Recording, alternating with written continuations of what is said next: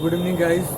आपने पिछले चैप्टर में पढ़ा हुआ था संस्कारों के बारे में कि वैदिक काल में 3 प्रकार के संस्कार होते हैं। नंबर फर्स्ट बताया गया था विद्यारंभ संस्कार, जो कि 5 वर्ष की आयु में होती थी।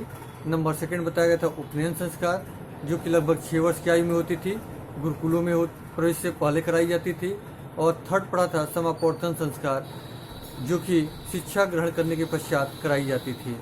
ठीक है, तो ये 3 संस्कार आपने वैदिक काल में देखे थे। अब देखिए यहाँ पे हम चर्चा करेंगे कि उपनयन के लिए जो गुरुकुल में प्रवेश से पहले उपनयन संस्कार होता था, उसमें ब्राह्मण, क्षत्रिय और वैश्य के लिए क्या आयु निर्धारित की गई थी और उनको किस प्रकार की मेखलाएं पहनाई जाती थी। ब्राह्मण, क्षत्रिय और वैश्यों की वेशभूषा में कुछ अंतर होता था, वस्त्रों को पहनने में कुछ अंतर होता था। ठीक है, इसको हम समझेंगे। तो सबसे पहले हम जानेंगे कि उपनयन की आयु ब्राह्मण के लिए 8 वर्ष थी, क्षत्रिय के लिए 11 वर्ष थी और वैश्य के लिए 12 वर्ष थी।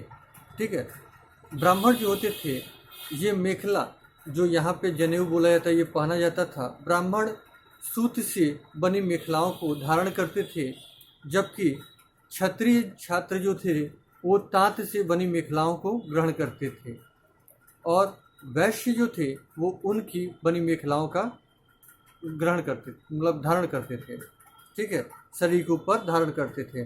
तो ये यहाँ पे इस प्रकार से हम समझ सकते हैं। उपनयन की आयु देखिए, हमने बांटा है ब्राह्मण, क्षत्रिय और वैश्य, 3 वर्गों में इसको बांटा है। 3 वर्गों में हमने ब्राह्मण, क्षत्रिय और वैश्य में बांटा है।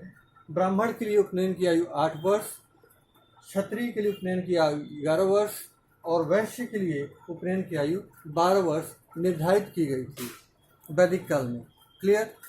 अब देखिए, ब्राह्मण जो थे, मेखलाएं जो थी, इनकी सूत की बनी हुई थी, जिसे जनेऊ बोलते हैं।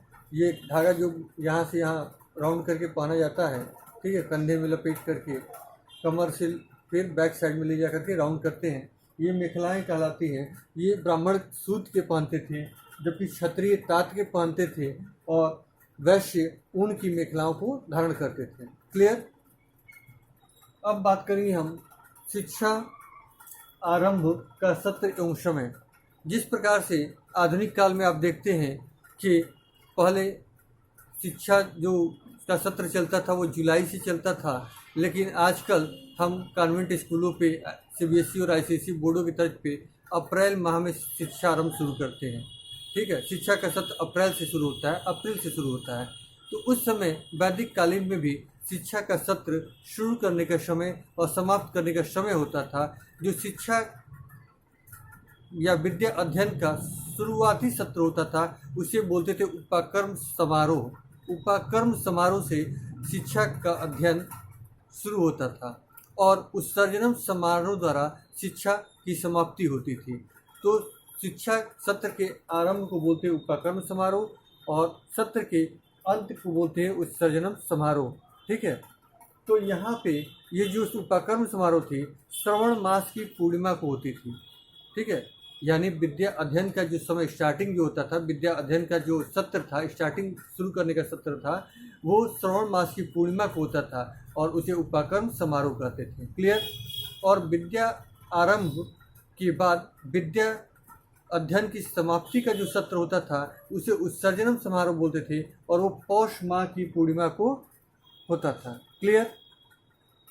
अब यहाँ पे आते हैं हम लोग, बात करेंगे पाठ्यक्रम की। तो पाठ्यक्रम में जो वैदिक काल में पाठ्यक्रम बनाए गए थे, उसमें क्या शिक्षा दी जाती थी, क्या विषय पढ़ाए जाते थे, इसके बारे में हम चर्चा करेंगे। तो पाठ्यक्रम में पढ़ाया जाता था संहिताओं के बारे में, उपनिषद के बारे में, वेदांग के बारे में, ब्राह्मण ग्रंथ और अड़क के ग्रंथों के बारे में स्टडी कराई जाती थी, अध्ययन कराई जाती थी। तो आप जैसा कि जानते हैं, संहिताएं 4 होती हैं, जिन्हें वेद कहते हैं, ऋग्वेद, यजुर्वेद, सामवेद और अथर्ववेद। तो चारों संहिताओं का अध्ययन कराया जाता था और इसका ड्यूरेशन होता था, उसको हम बाद में चर्चा करेंगे। फिर यहाँ पे देखिए पाठ्यक्रम था, पाठ्यक्रम में संहिताएं, उपनिषद, वेदांग, ब्राह्मण ग्रंथ और अड़क ग्रंथ शामिल थे। ठीक है, संहिताएं मतलब चारों वेद, ऋग्वेद, यजुर्वेद, सामवेद, अथर्ववेद। वेदांग शिक्षा, कल्प, ज्योतिष, व्याकरण, निरुक्त और छंद का अध्ययन भी कराया जाता था। क्लियर। तो देखिए, वेदों को अध्ययन जब कराते थे, छात्र जब वेदों का अध्ययन करते थे तो एक वेद के अध्ययन में 12 वर्ष का समय लगता था। यानी जो छात्र एक वेद का अध्ययन करना चाहें उन्हें 12 वर्ष तक अध्ययन करना पड़ता था और प्रत्येक वेदों के लिए यही क्रम था। ठीक है। यानी कि यदि 2 वेद का अध्ययन करना हो तो 24 वर्ष समय, 3 वेदों की स्टडी करना है, 3 वेदों का ज्ञाता बनना है तो 36 वर्ष का समय, और 4 वेदों का ज्ञाता बनना है तो 48 वर्ष का समय लग जाता था। क्लियर। तो जो छात्र एक वेद के ज्ञाता होते थे या एक वेद की स्टडी करते थे उन्हें हम बोलते थे स्नातक, और इसमें 12 वर्ष का समय लगता था। क्लियर। आप लोग स्नातक करते हैं तो 3 वर्ष का समय लगता है, 3 वर्ष में स्नातक की उपाधि दी जाती थी। लेकिन वहाँ पे 12 वर्षों तक एक वेद का अध्ययन करने के बाद हम उस एक वेद के ज्ञाता को स्नातक की उपाधि देते थे। क्लियर। 2 वेदों के ज्ञाता को हम वसु कहते थे, 3 वेदों के ज्ञाता को रुद्र और 4 वेदों के ज्ञाता को हम बोलते थे आदित्य। आइए बोर्ड पे देखते हैं वेदों के ज्ञाता। देखिए, जो छात्र एक वेद का अध्ययन करते थे उन्हें स्नातक की उपाधि मिलती थी।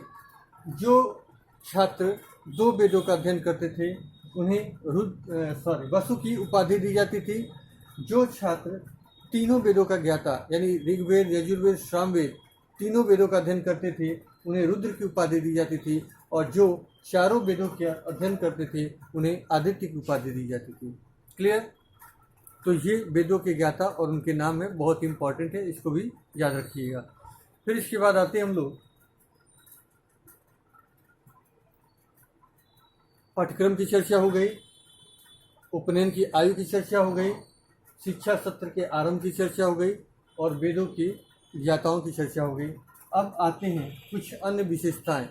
गुरुकुल पद्धति जो थी शिक्षा पद्धति, उसकी कुछ अन्य विशेषताओं के बारे में जिक्र करेंगे। तो गुरुकुल शिक्षा पद्धति में क्या होता था कि नायक पद्धति थी। नायक पद्धति का मतलब क्या हुआ कि एक तरह से आप लोग आज मॉनिटर बोलते हैं, उस समय नायक पद्धति थी। यदि गुरु जी का तबीयत खराब हो जाता था या गुरु किसी अन्य काम में व्यस्त होते थे तो उच्च कक्षा के छात्र निम्न कक्षाओं के छात्रों को पढ़ाने के लिए नियुक्त किए जाते थे। इसे नायक पद्धति कहते हैं। यानी कि गुरुकुल पद्धति में, गुरुकुल शिक्षा पद्धति में नायक पद्धति का स्थान था। क्लियर। जिसमें उच्च छात्र निम्न क्लास के छात्रों को पढ़ाने के लिए या मार्गदर्शन करने के लिए जाते थे। क्लियर। फिर दूसरा पॉइंट अनुशासन, दूसरा पॉइंट अवकाश के लेंगे। गुरुकुल में भी बच्चों के लिए बहुत ज़्यादा छुट्टियाँ होती थी। अवकाश की सिस्टम गुरुकुल में भी था, वहाँ भी छुट्टियाँ मिलती थी। क्लियर। तीसरी पॉइंट अनुशासन। वहाँ अनुशासन बहुत ही कठोर था। छात्रों को गुरु के उठने से पहले पूरे आश्रम की सफाई बांटा गया था कि छात्र को क्या कार्य करना है। तो छात्र गुरु के उठने से पहले, प्रातःकाल सुबह उठने से पहले वो आश्रम की सफाई कर देते थे, गुरु के स्नान आदि के लिए व्यवस्था करते थे, और जब संध्या के बाद सोने का समय होता था, ठीक है, तो भोजन की व्यवस्था करना और सोने की व्यवस्था करना ये छात्र करते थे। गुरु माताओं के सहयोग से ये सारे कार्य छात्रों को करना होता था। यानी उस समय कठोर अनुशासन होता था। छात्रों को अनुशासित होकर के सारे कार्य करने होते थे, अपनी इच्छाओं पर नियंत्रण करने होते थे, गलत इच्छाओं को नियंत्रित करके रखना होता था। ठीक है। अन्यथा वहाँ दंड पद्धति भी थी। गुरुकुल में दंड पद्धति भी थी, लेकिन दंड पद्धति को इस तरह से समझेंगे कि वो जो दंड दिया जाता था वो शारीरिक नहीं था बल्कि आध्यात्मिक था। यानी गुरुकुल में शारीरिक दंड की पद्धति नहीं थी, आध्यात्मिक रूप से उन्हें दंड मिलता था, यानी अनुशासित किया जाता था। तो गुरुकुल में शारीरिक दंड की पद्धति नहीं थी। यदि कोई छात्र भारी गलती कर देता था, कोई गलती करता था, त्रुटि करता था, तो उसे उपवास रखने के लिए कभी कभी कई दिनों से लेकर कई महीनों तक उपवास रखने के लिए कहा जाता था। क्लियर। कभी कभी डांटा, छोटी गलतियों के लिए डांटा फटकारा भी जाता था। ठीक है। छोटी गलतियों के लिए उन्हें डांटा फटकारा जाता था, अपने से दूर कर दिया जाता था कुछ समय के लिए। जैसे कोई बालक है तो उसको कुछ समय के लिए अपने से दूर रखना, डांटना, फटकारना, ये सब छोटी गलतियों के लिए होता था। लेकिन बड़ी गलतियों के लिए छात्रों को कई दिनों तथा कई महीनों तक भी उपवास रखना पड़ता था। क्लियर।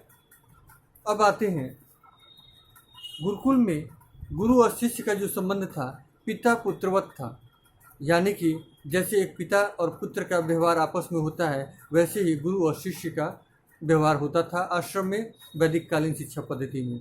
ठीक है। और गुरु देवतुल्य माने जाते थे, गुरु देवतुल्य माने जाते थे। जो छात्र, ये नोट कर लीजिएगा, ये पॉइंट छूट गया था, जो छात्र वैदिक कालीन शिक्षा पद्धति में ऋषि मुनियों द्वारा शिक्षा ग्रहण करते थे वे छात्र ब्रह्मचारी, कुलवासी, अंतःवासी या द्विज कहे जाते थे। देखिए, द्विज, अंतःवासी, कुलवासी और ब्रह्मचारी कहे जाते थे।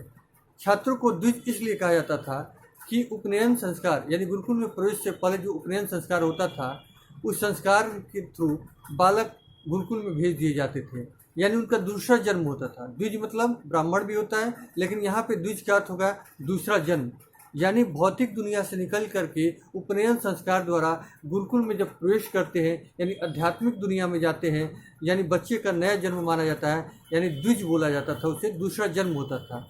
गृहस्थ जीवन से निकल करके गुरुकुल में उपनयन संस्कार द्वारा प्रवेश करता था, यानी दूसरे जीवन में प्रवेश करता था, इसीलिए छात्र को द्विज भी कहा जाता था। ओके, आज के लिए इतना ही। Thanks for watching this video. I hope ये वीडियो आपके एग्जामिनेशन पॉइंट ऑफ व्यू से बहुत ही लाभकारी होगा। इस चार्ट को आप लोग नोट कर लीजिएगा, ये चार्ट बहुत ही उपयोगी रहेगा आपके लिए। Okay, thanks to you all.